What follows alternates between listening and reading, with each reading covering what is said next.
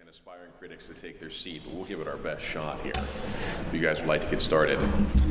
Ladies and gentlemen, it's my privilege and pleasure to welcome all of you to the awards ceremony. It has been a fantastic week for the Rubin Institute. First of all, I want to say from Yale, from Oberlin, from Stanford, from Cal, and SFCM, it was just an outstanding group of students. The critics commented universally that each one of these individuals brought tremendous work and ability to this conference. I'd like to offer all of you a round of applause.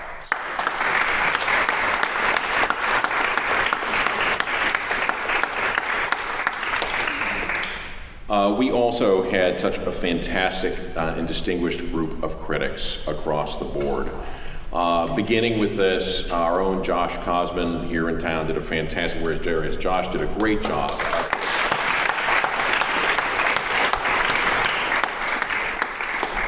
For the public side, was adjudicating the audience prize. Josh ran a set of fantastic internal sessions for all of the students coming from the Bay Area. Relative to preparing them for entering into the Institute.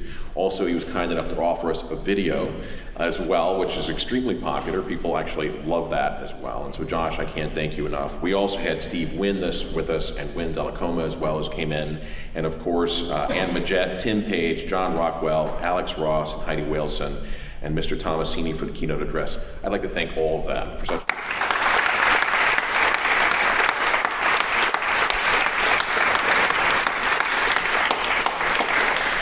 I should also point out it was terrific to have in the final day Mr. Commande, who is, I believe now, the longest serving music critic in the United States of America, and it was great to have Bob with us as well on this, and it led a fantastic element. The purpose of this institute has been discussed, but from my vantage point, the reason the Conservatory is involved in this is that beyond training great artists, the discourse in music, the discussion of music, its impact on all of us as an art form is critical.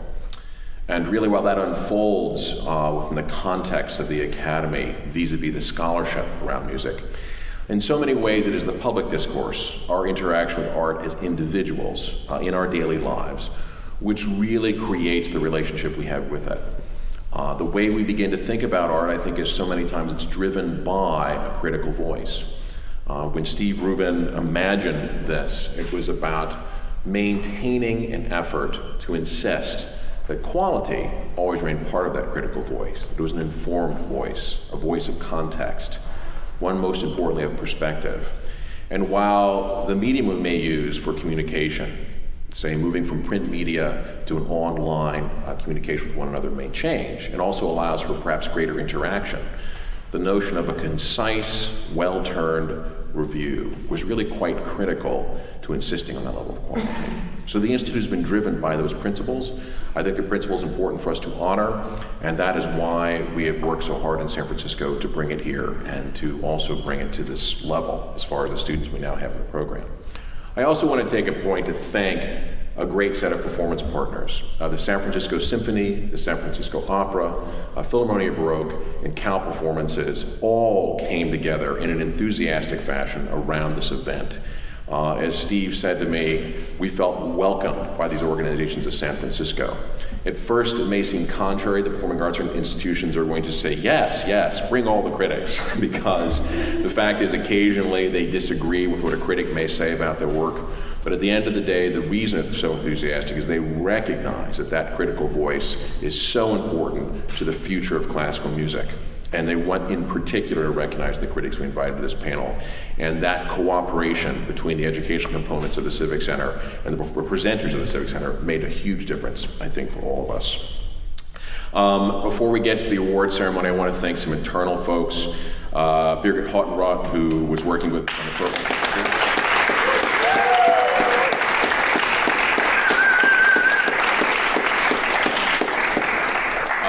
Very fortunate to have just a fantastic team in the building. I'm just going to go through these folks.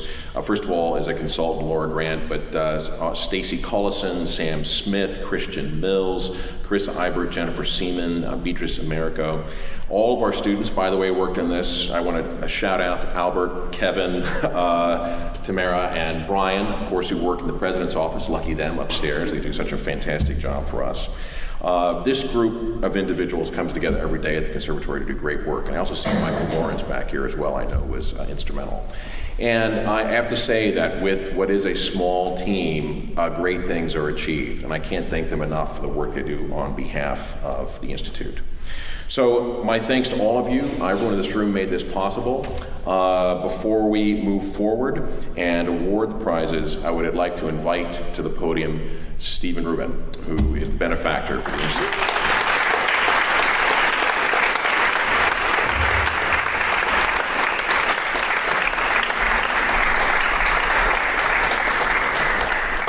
Thank you very much. Of course, David said every single thing that I was going to say. So I want to talk about the fact that this was the second time we've done this. We do it every 2 years.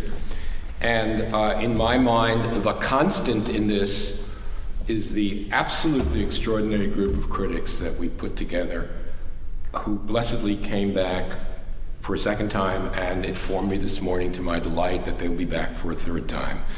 So to Anne Majette, Tim Page, John Rockwell, Alex Ross, and Heidi Wilson, I love you guys. You're just the best.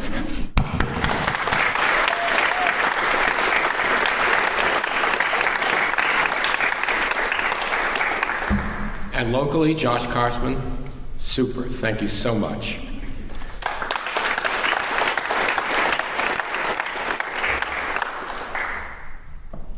David said it, but I'm going to repeat it because it's really true. I have never felt so welcomed as I did in this city. The San Francisco Symphony, San Francisco Opera, Cal Performances, the Philharmonia Baroque. Not only did we hear wonderful concerts, but we were really embraced by these people and made to feel so welcome. I've never seen anything like it. It would never happen in New York. My friend David Stull is one of the most visionary, motivational people I've ever dealt with.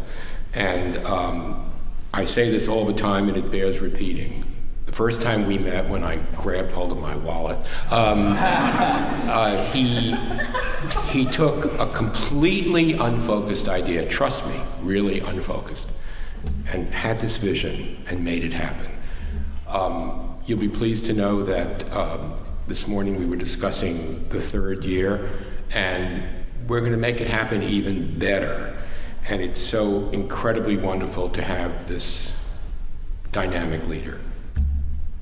Your support staff, you're absolutely right. They're great, absolutely great. Finally, not finally, two more things. I want to say that broadening where we call the fellows from has been the best idea ever. Because originally this was exclusively at Oberlin, and now it's at Oberlin, at San Francisco, at Stanford, at Yale, and at Berkeley, and we have the most amazing group of students. And that leads very elegantly into the students. I can't tell you how great they are. First of all, they bonded, and it's a joy to watch you guys become buddies. We sat there for hours dissecting these pieces, but the way we did it was each critic read his or her review, and then their fellows criticized it first. My God, it made it easy for the critics because you guys were brutal. The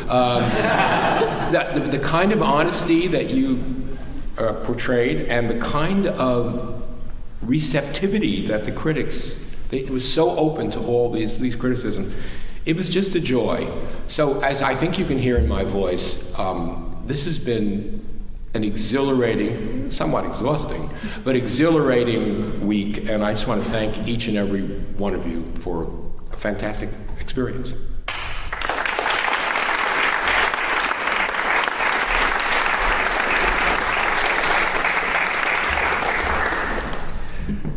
And so, without further ado, we are going to begin with the Everyone's a Critic Prize.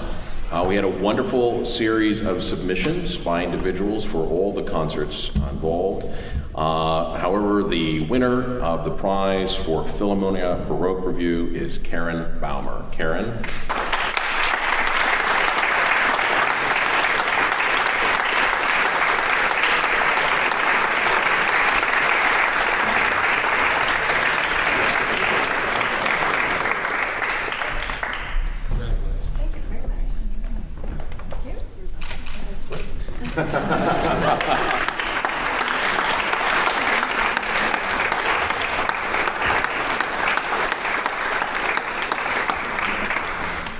And now to the final award for the students. I have to say that this was an extremely difficult decision for the critics. They saw tremendous talent. To choose one amongst this group is not an easy task. Indeed, I would go so far as to say in the conversation they see enormous promise in every one of the students that joined us. The winner of the $10,000 Rubin Prize this year is Zoe Madonna. Zoe, please come forward.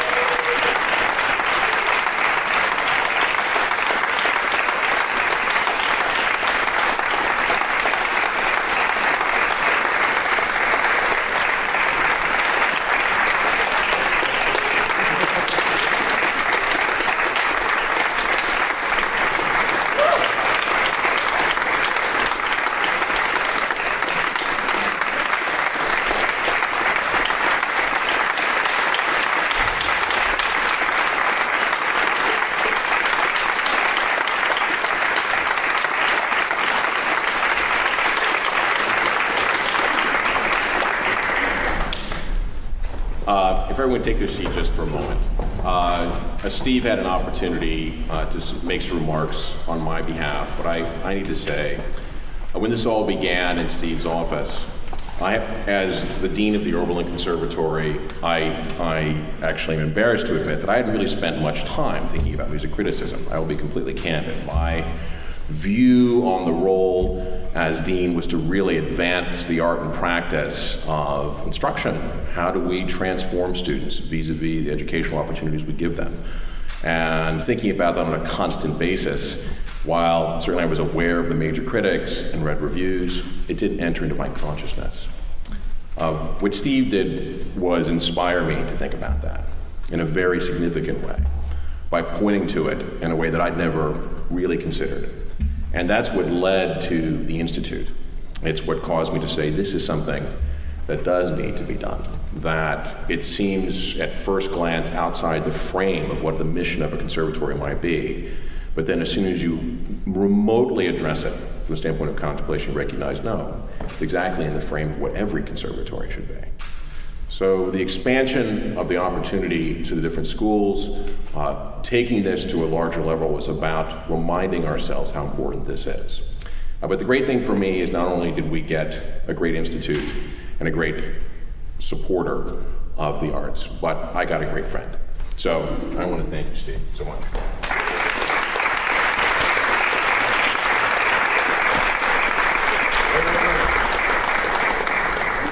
And of course, we have to give him a prize as well. And so, ladies and gentlemen,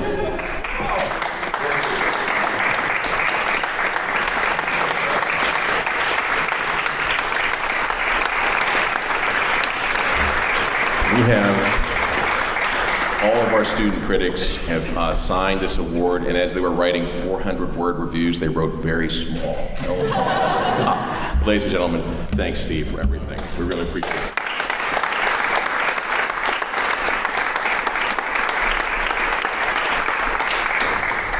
See all of you in 2 years.